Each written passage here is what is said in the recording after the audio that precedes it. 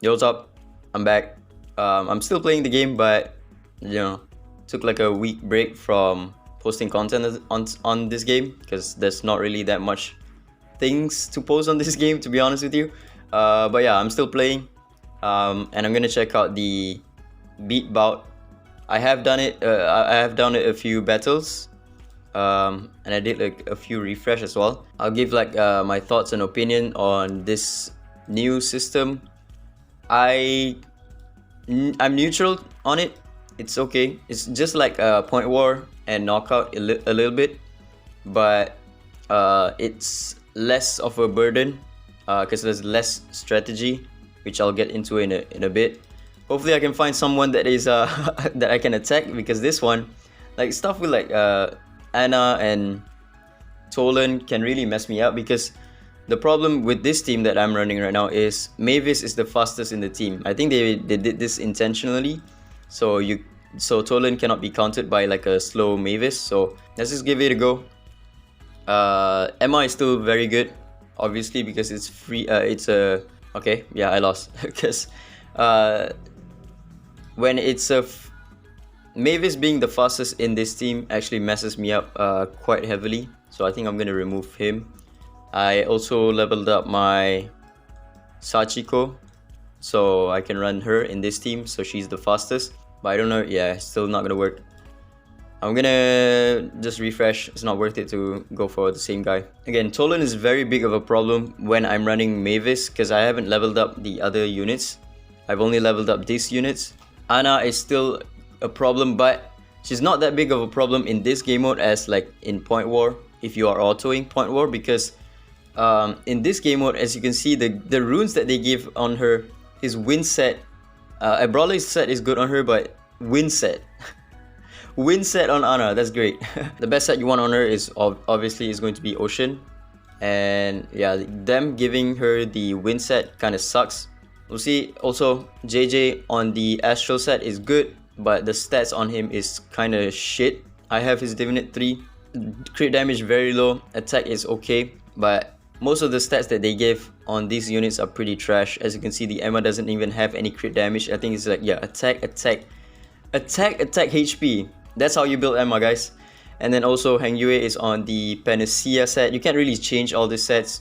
It's fixed sets that you need to run. Yeah, I'll get into it in a bit. And then Mavis is on the Mavis set is good. The only bad thing is that she's on speed, so you can't really run her as the slowest in the team. And that's why you kind of want to not level up. Okay, yeah, I lost again. Yeah, this game mode heavily relies on your Espers that you have. Again, we lost. I think gimmick Espers like Leora is going to be exceptional in this one, because she can provide the what's it called? Yeah, lost again. I'm just gonna refresh. Because she can provide the 2-turn standoff to your team, right? So gimmicks like that can really work in this one. It does hamper some of the strategy because it's giving you a fixed relic, and you can't really run anything else other than that fixed relic. So everyone will have the same stats unless you have higher resonance and Materia Research Lab. So with this team, again, there's a Tolan. I can't run this team. So yeah, this is going to be a problem. I might need to swap up maybe. Yeah, I'm not even going to try this team. It's just a Esper check at the end of the day. Just like any other PvP mode. In Point War, if you don't have like the Shimmer Espers, then you're kind of fucked. In Knockout. Knockout is going to be a nightmare to compete at this point, because you're gonna have like, yeah, this is terrible. I haven't leveled up most of my characters, so this is the team that I'm running. But in Knockout, you would need 5 teams to have the new rival rune system.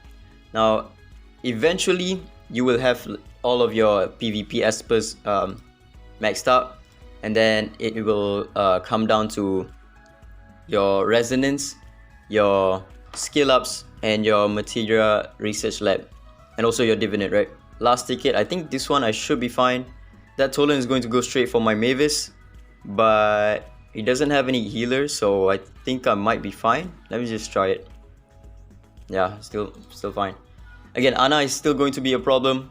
Emma is going to be a problem. Mavis, if you don't have a Tolan, is going to be a problem because it's auto gameplay at the end of the day, right? So whenever it's auto gameplay, oh, what the heck? It's 300? I think with more refresh, so I've refreshed 3 times, right? The first couple times, it only costed me 150. Now it's costing me 300. So I think it goes up in the cost. So yeah, let me just do the final 5 and then I'll give my thoughts on the gameplay, whether I like it, whether I don't. This team, I don't think I can beat it with the... You know what, let's just give it a shot. Yeah, there's an R6 Sally. He has too much healing and I can't really do anything about it. Okay, let's see if JJ is better than Hyde. He is not. Okay. Yeah, it's just Battle of Resonance and Espers. I think this one, Emma, is not really gonna be good for this team, so I might run something else. But the thing is, I haven't leveled up most of my units. The only units that I have leveled up is, I think, Jin Yu Yao and Sachiko. I haven't leveled up him, so he's on like a level 0 rune. I haven't leveled up my Liam, my Hilda, but yeah, you're gonna want to have like a variety of teams so that you can rank highly, and ranking highly in this one gives you a lot of rewards, and it's daily as well. Okay, so this team, I think I should be fine. The Tolan is going to go for my Mavis, unless I remove this one. And the reason why I leveled up Jin Yu Yao first is because I wanted to see if she was faster than Mavis, and it turns out she wasn't. She has the same amount of additional speed, but her base speed is 5 lower than Mavis, so she is slower than Mavis, unfortunately. So I cannot run this team, so Tolan goes for Jin Yu Yao instead, which sucks. Yeah, and that's why I kind of want to run a Sachiko here, so Sachiko will be targeted by Tolan, and hopefully Emma can carry. Yep, there we go. I think that's the last ticket. Yeah, the rewards are pretty insane. For top 1%, 600 Nexus crystals per day is kind of crazy.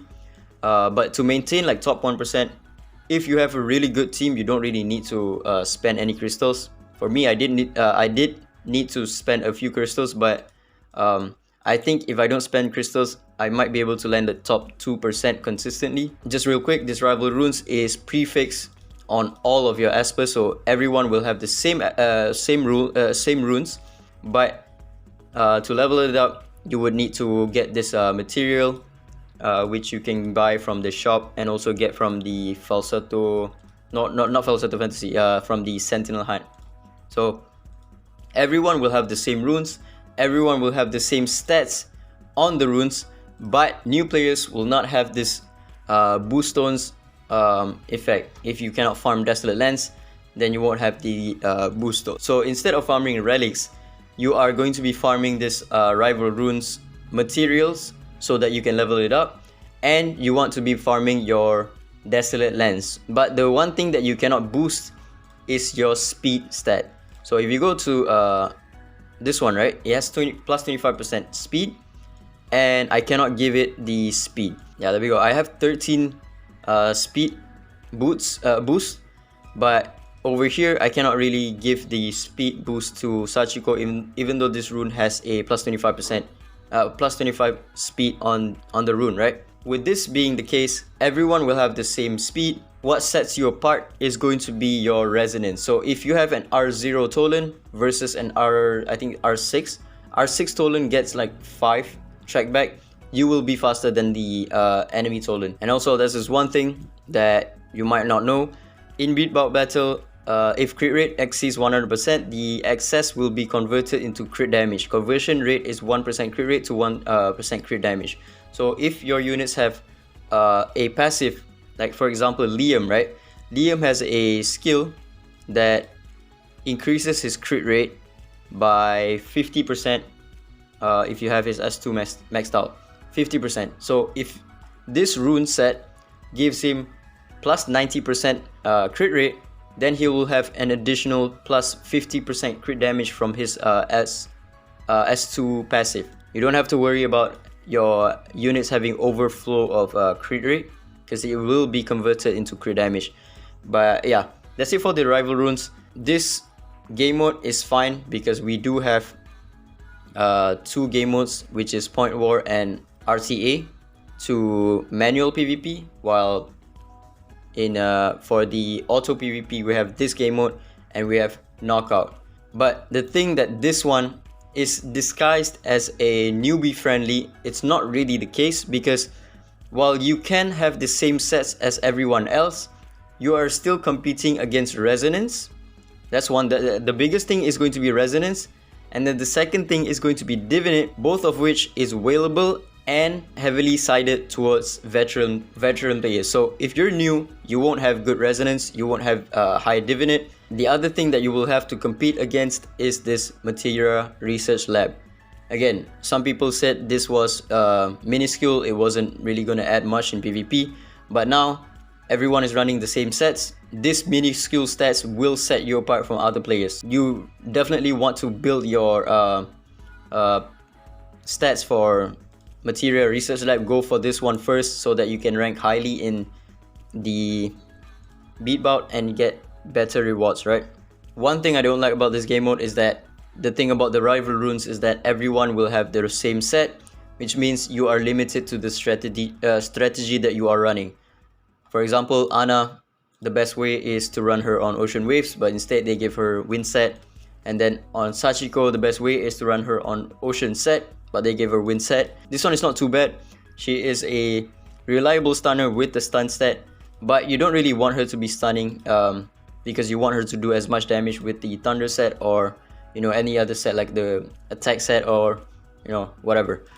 And then Heng Yue, this set is pretty good on her, but for me, I much prefer to run her on the set that gives you 10% boost in damage whenever you cross the S3, because when Emma casts her S3, she will then follow up.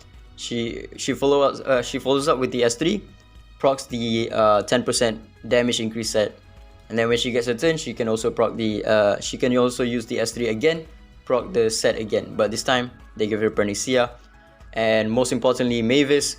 Now that you cannot even you can't even control the stats, the speed that you give your Espers, Mavis is now the fastest in the team, which means she is privy to her biggest counter, which is Tolan. Strategies have been limited. Not only are you limiting your strategy with the relics that you are using, you are also limiting speed tuning, which is also crucial when it comes to PvP. Let's give an example, right? In this team, the speed tuning I want is for one of these units to be the fastest in the team. Either Ana, or my Jiang Julie, or my Heng Yue. I don't want my Mavis to be the fastest, but instead, with the runes that they gave her, Mavis ends up being the fastest in the team. Now let's say if you were to run a team, a control team, for example, if you take a look at the speed, the turn order you want is to be TA first, and then Tricky moves first so that he can strip all of the immunity buff, and then your Hilda moves, right? But instead, you take a look at the speed tuning, TA moves, and I'm pretty sure if I level this up, my Tricky will be slower because my Hilda is on the Wind set. For whatever reason they decided to give Hilda the Wind set. This team will not work anymore because you would need a faster buff stripper. Tricky wouldn't work because he's too slow of a buff stripper. He's on the Tyranny set, and they decided to give Hilda the Wind set. So the speed tuning is completely fucked, completely out the window. If you want to run a buff stripper, you kind of want to run a unit that is faster with the Wind set. For example, Archibald. Archibald should work. He's on the Wind set. If they decided to give him more speed over here, I haven't leveled it up, but I think he should be somewhat fast. So again, speed tuning is out the window with this new game mode, and that's one thing I don't like. It is less intensive when it comes to strategy, which means it becomes more intensive on your resonance, on your divinate, like I said, on your Materia Research Lab, on your ability mons. You need your units to be maxed out at this point for you to compete. Whereas in like the previous knockout or in Point War, you can best your enemies using different strategies, right? You can run different sets on your units. You can run different speed tuning on your units. For example, Mavis. Again, I keep hammering down Mavis being one of the units that you want to speed tune properly. But with this game mode, it's not really the case. Final thoughts about BeatBout. It's okay because we have 2 game modes for manual PvP, and we have 2 game modes for auto PvP.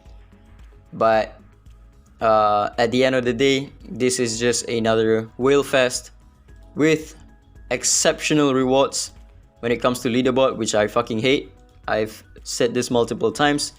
If you want to tie rewards in leaderboard contents, then the game will just become pay to win, and it will just become like AFK Arena. Day by day, this game becomes AFK Arena. It's to be expected. It's developed by the same company.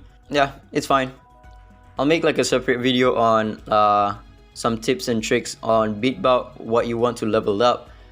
First, which units that will be impactful to level up first, which units that you don't want to level up maybe, and then what teams are going to be the best. But again, this one is less heavy of a burden because it's only one team that you need to prepare. But the biggest burden is going to be for knockout. You need to prepare 5 teams. And yeah, that's about it. I'll see you in the next video. I don't know when, when I decide to post. But yeah, that's about it. Ciao.